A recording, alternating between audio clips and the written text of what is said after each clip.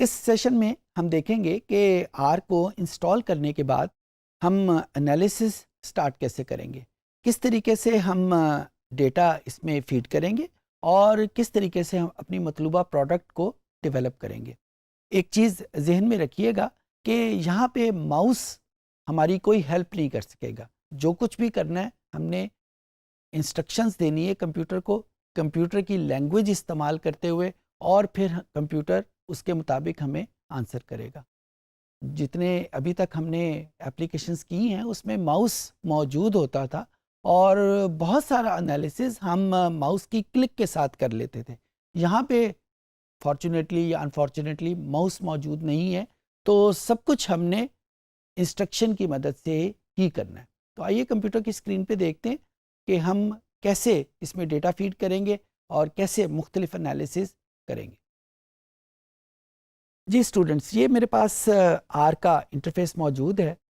एक चीज़ बहुत इम्पॉर्टेंट है यहाँ पे, आर अभी पिछले सेशन में आपने डाउनलोड किया और आपने देखा कि ये कोई बहुत बड़ी फाइल नहीं है, बहुत जल्दी से डाउनलोड हो गई, खासकर अगर आपके पास हाई स्पीड इंटरनेट है। आर इतना पॉपुलर क्यों है? आर क्यों डेटा साइंस के लिए मस्ट कंपोनेंट के तौर के ऊपर यूज़ होता है? फ्री सॉफ्टवेयर है, कोई लाइसेंस इसके लिए नहीं लेना पड़ता, कोई फीस नहीं देनी पड़ती, फिर इतना ये पॉपुलर क्यों है? एक्यूरेसी के ऊपर इसका कोई इशू नहीं है, हर लोग हर जगह पे हर इंस्टॉलेशन के ऊपर हर एनालिसिस के लिए इसी को इस्तेमाल कर रहे हैं। क्या वजह है? उसकी बुनियादी वजह यह है कि जब आर डेवलप हुआ था तो ये बहुत छोटा प्रोग्राम था। रिग्रेशन एनालिसिस जो कि हमने एक्सेल में भी किया था, नाम आपको याद होगा, उसके लिए लोगों ने इसको डेवलप किया था, कुछ स्टूडेंट्स ने मिलकर इसको डेवलप किया था। एक चीज़ उन्होंने बड़ी अच्छी की कि इन्होंने इसके दरवाजे खोल दिए, यानी कोई और आदमी अगर अपने तौर के ऊपर प्रोग्रामिंग, आर की प्रोग्रामिंग यूज़ करके कोई और एनालिसिस डेवलप करना चाहता है, रिग्रेशन तो उन्होंने डेवलप कर दिया था, लेकिन कोई और एनालिसिस भी डेवलप करना चाहता है, तो उन्होंने इसके दरवाजे ओपन कर दिए कि कोई भी रिसर्चर, कोई इसी प्लेटफॉर्म को यूज़ करते हुए हम एप्लीकेशन डेवलप करके उसको आर के बेसिक मॉड्यूल का हिस्सा बना दें, ताकि वो एनालिसिस जो कि मैंने अपने पर्पस के लिए यूज़ किया था, बनाया था, वो अगर किसी दूसरे को ज़रूरत है तो वो भी उसको यूज़ कर सके, और वो दूसरा एप्लीकेशन है वो भी फ्री है। इस पर्टिकुलर ऑप्शन का लोगों ने बहुत ज़्यादा फ़ायदा उठाया और बेतहाशा एप्लीकेशन, बेतहाशा एनालिसिस, स्टैटिस्टिक्स की वर्ड में शायद ही कोई एनालिसिस हो जो कि आर के ऊपर अवेलेबल नहीं है। ऐसा नहीं है कि आर के बनाने वाले उन्हीं दो स्टूडेंट्स ने वो सारे एनालिसिस के लिए आर को डेवलप किया, नहीं, ऐसा नहीं है, बल्कि मुख्तलिफ लोगों ने मुख्तलिफ लाइब्रेरीज या मुख्तलिफ मॉड्यूल्स बना के उसको आर का हिस्सा बना दिया। और यही इस आर की पॉपुलैरिटी की रियल रीज़न है कि इस प्लेटफॉर्म के ऊपर आपको हर किस्म का एनालिसिस, हर किस्म का सलूशन मिल जाता है, भले वो न्यूमेरिकल बेस्ड सलूशन हो, भले वो टेक्स्ट बेस्ड सलूशन हो। यानी आर सिर्फ न्यूमेरिकल एनालिसिस के लिए इस्तेमाल नहीं होता, बल्कि टेक्स्ट के लिए भी इस्तेमाल होता है। अच्छा, इसका एक फ़ायदा तो ये है कि हमें हर किस्म का सलूशन मिल गया, लेकिन इसका एक डाउन साइड नुकसान ये है कि हमें वो कमांड्स कैसे पता चलेगी जो कि किसी एक ख़ास फंक्शन को यूज़ करने के लिए, अप्लाई करने के लिए हम इस्तेमाल कर सकते हैं। आर के वर्जन इतनी तेज़ी से बदल रहे हैं कि इसके लिए किसी किताब का लिखना बड़ा मुश्किल है, क्योंकि जो ही किताब लिखी जाएगी, किताब लिखना एक लंबा प्रोसेस है, जब किताब लिखी जाएगी उस वक़्त वर्जन कुछ और होगा, वो किताब जब मार्केट में आएगी वर्जन कुछ और बन चुका होगा और बहुत सारे फंक्शन इसमें आ चुके होंगे। तो एक किताब का लिखना बड़ा मुश्किल है। उसका एक आसान हल ये है, इस वक़्त आर का कोई भी यूज़र ये दावा नहीं कर सकता कि उसको आर के सारे फंक्शंस आते हैं, क्योंकि आर के इतने ज़्यादा फंक्शन है। मैं इसकी छोटी सी मिसाल आपको देता हूँ। ये 200 MB का प्रोग्राम था जो आपने डाउनलोड किया, जो कि बेसिक मॉड्यूल में है। अगर आर के सारे मॉड्यूल्स को आप डाउनलोड करें तो इसकी टोटल वॉल्यूम इसकी अपनी वेबसाइट के मुताबिक 40 GB से ज़्यादा है। 200 MB का हमने डाउनलोड किया और कंप्लीट मॉड्यूल्स को डाउनलोड करें तो ये 40 GB से भी ज़्यादा हो जाता है, जो कि डाउनलोड करना भी एक अच्छा खासा हैसल है। हमें उन सब चीज़ों की ज़रूरत नहीं है, हमें तो उनमें से सिर्फ उन एनालिसिस की ज़रूरत है, उन मॉड्यूल्स की ज़रूरत है जो हमें रिक्वायर्ड है। सबकी तो हमें ज़रूरत नहीं है। उन सब के लिए टेक्स्ट फाइल बनना, कोई हेल्प फाइल बनाना बहुत मुश्किल है। उसका एक बड़ा आसान सा हल ये है कि हम गूगल को यूज़ करें या इसकी अपनी हेल्प फाइल आप यूज़ करें, कि जहाँ से ये अगर हेल्प को यूज़ करें तो 2 या 3 फंक्शन आपको यहाँ पे मिल जाएंगे। मैं आज भी जब कोई एनालिसिस करने लगता हूँ तो बहुत सारे ऐसे फंक्शंस हैं जो कि बार बार यूज़ होते हैं तो वो याद रह जाते हैं, लेकिन जो डिटेल्ड एनालिसिस के लिए फंक्शंस होते हैं या वो एनालिसिस जो कि मैं बार बार नहीं करता, उनके कमांड्स तो मुझे भूल जाती हैं। वो मुझे कैसे याद आ जाती हैं या वो मैं कैसे इस्तेमाल करता हूँ गूगल हेल्प फाइल या आर की हेल्प फाइल में। तो आपको ये मैं बता इस वजह से रहा हूँ कि सारी कमांड्स को याद करना ज़रूरी नहीं है। हाँ, आपको ये तरीका आना चाहिए कि गूगल को या इसकी हेल्प फाइल के सिस्टम को हम कैसे यूज़ करेंगे।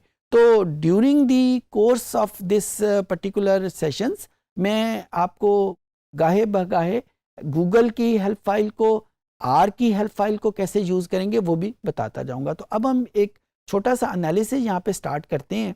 फॉर एग्जांपल मैंने 2 वैल्यूज़ को प्लस करना है, 6 + 5 मैंने यहाँ पे इनपुट किया। इनपुट किसके आगे किया? वो जो एरो का निशान बना हुआ है, और जब मैं एंटर का बटन प्रेस करूँगा तो इसका मुझे आंसर मेरे सामने आ जाएगा। अच्छा, अब यहाँ पे 2 चीज़ें बड़ी देखने वाली हैं। ये 6 + 5 तो हमारे पास कॉन्स्टेंट्स हैं।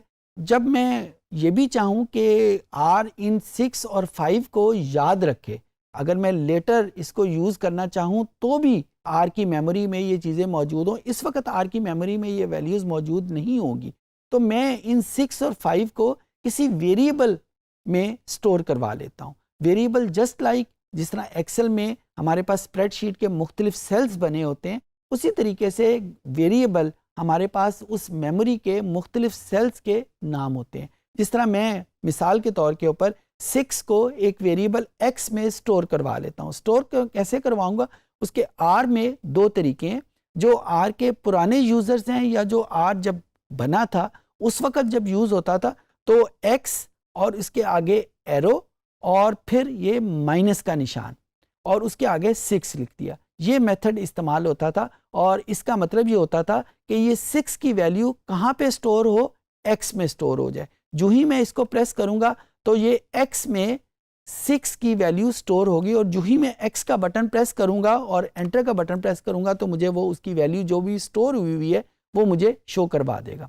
दूसरा मेथड ये है कि मैं y में जब कोई चीज़ स्टोर करना चाहता हूँ तो मैं इज इक्वल टू का निशान प्रेस किया और उसके बाद इसको 5 प्रेस कर दिया। तो इसका मतलब क्या होगा कि y में 5 को स्टोर कर लें। इसको क्लिक किया, अब y में 5 स्टोर हो गया। अब मैं वही फंक्शन जो 6 + 5 किया था, मैं 6 + 5 की बजाय x + y करूँगा तो मुझे आंसर उसमें 11 की सूरत में आ जाएगा। यानी जो काम मैंने 6 और 5 की मदद से किया था, अब मैंने वेरिएबल की मदद से किया। फ़ायदा मुझे इसका क्या हुआ कि लेटर हाफ में जब भी मुझे इसकी ज़रूरत पड़ेगी तो मैं उसको 6 और 5 की बजाय x और y की फॉर्म में रेफ़र करूँगा। अच्छा, जब एक कोई नंबर होता है तो उसमें याद रखना कोई इतना बड़ा मसला नहीं होता। असल मसला वहाँ पे स्टार्ट होता है जब हम एक से ज़्यादा नंबर इसमें स्टोर करना चाहते हैं, यानी एक पूरे का पूरा कॉलम हम इसमें स्टोर करना चाहते हैं। लेट्स से मैं ये कहता हूँ कि x की एक वैल्यू की बजाय इसमें 5 वैल्यूज़ हैं। कौन सी वैल्यूज़ हैं? अब ज़रा गौर से देखते रहिएगा स्क्रीन के ऊपर कि मैंने 5 वैल्यूज़ को x में कैसे स्टोर करना है।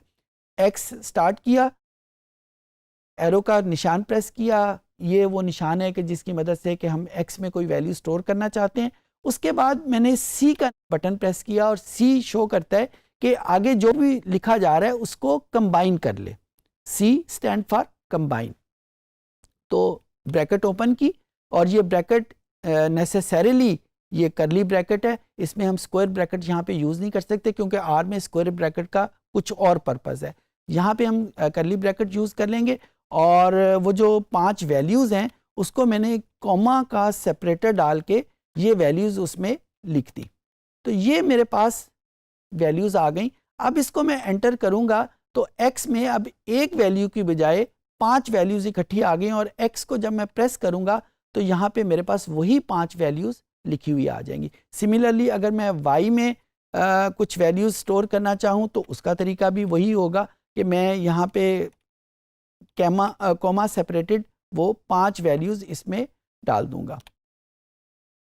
और वही फंक्शन अगर मैं इसको प्लस करना चाहूँ तो मेरे पास वही वैल्यू, इन 2 वैल्यूज़ को प्लस होके आ जाएगा। अगर मैं माइनस करना चाहूँ तो ये बिल्कुल उसी तरीके से इसको ऑपरेट कर जाएगा।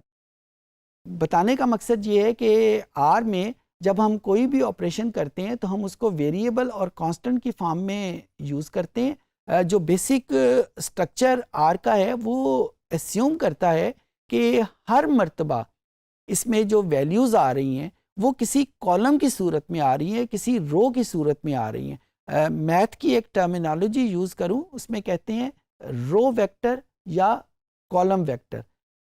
डेटाबेस का स्ट्रक्चर आपको याद हो तो उसमें सारी वैल्यूज़ कॉलम की सूरत में होती हैं। तो ये कॉन्सेप्ट वहीं से लिया गया है कि जब बहुत सारी वैल्यूज़ एक ही कॉलम में लिखी जाएं तो उसको हम मैथ की ज़ुबान में कॉलम वेक्टर कहते हैं। सिमिलरली अगर उसको एक रो की फॉर्म में लिख लिया जाए तो उसको हम रो वेक्टर कहते हैं। और जब रो और वेक्टर्स को आपस में मिला लिया जाए तो उसको हम मैट्रिक्स का नाम देते हैं। मैट्रिक्स की कैलकुलेशन यहाँ पे करेंगे। इस वक्त मैं अपनी डिस्कशन को सिंपल रखना चाहता हूँ, इस वजह से मैं सिंपल इसको रो या कॉलम वेक्टर की सूरत में रखता हूँ। तो ये सारी वैल्यूज, सारी कैलकुलेशन उसी फॉर्म में होंगी और जितने भी मैथ के, स्टेटिस्टिक्स के फंक्शंस हैं वो सारे के सारे यहाँ पे अवेलेबल हैं। लाइक मैं अगर साइन ऑफ एक्स यूज़ करूँ तो अब देखें, साइन एक ट्रिगोनोमेट्रिक फंक्शन है, मैथ का फंक्शन आपको याद होगा, और ये अप्लाई किसके ऊपर हो रहा है? एक्स के ऊपर। अब एक्स एक वैल्यू का नाम नहीं है, एक्स में तो 5 वैल्यूज़ मौजूद हैं। तो ये फंक्शन जब ऑपरेट होगा तो उन 5 वैल्यूज़ के ऊपर बारी बारी ऑपरेट हो जाएगा। सिमिलरली अगर मैं कोई और फंक्शन इसका एक्स का स्क्वायर करता हूँ तो उसका भी ये x की हर वैल्यूज़ का स्क्वायर ले लेगा। यानी बजाय मुझे x की हर वैल्यूज़ के ऊपर वो फंक्शन अप्लाई करने के लिए कोई अलहदा से कमांड लिखनी पड़े, ये जो ही मैं इसको अप्लाई करूँगा तो ये x की हर वैल्यूज़ के लिए ऑटोमेटिकली अप्लाई हो जाएगा। तो ये आर की उन चंद खूबियों में से है कि हमें अगर एक ही फंक्शन एक पूरे कॉलम वेक्टर के ऊपर अप्लाई करना हो तो हमें इसके लिए कोई अलहदा से फंक्शन यूज़ नहीं करना पड़ता। ये मैंने बिल्कुल स्टार्ट में आपको इसका स्ट्रक्चर बताया है कि जो बेसिक वेरिएबल्स इसमें कैसे यूज़ हम करते हैं, इसके ऑपरेटर्स हम कैसे यूज़ करते हैं। आहिस्ता आहिस्ता हम एनालिसिस इनके ऊपर बिल्डअप करेंगे।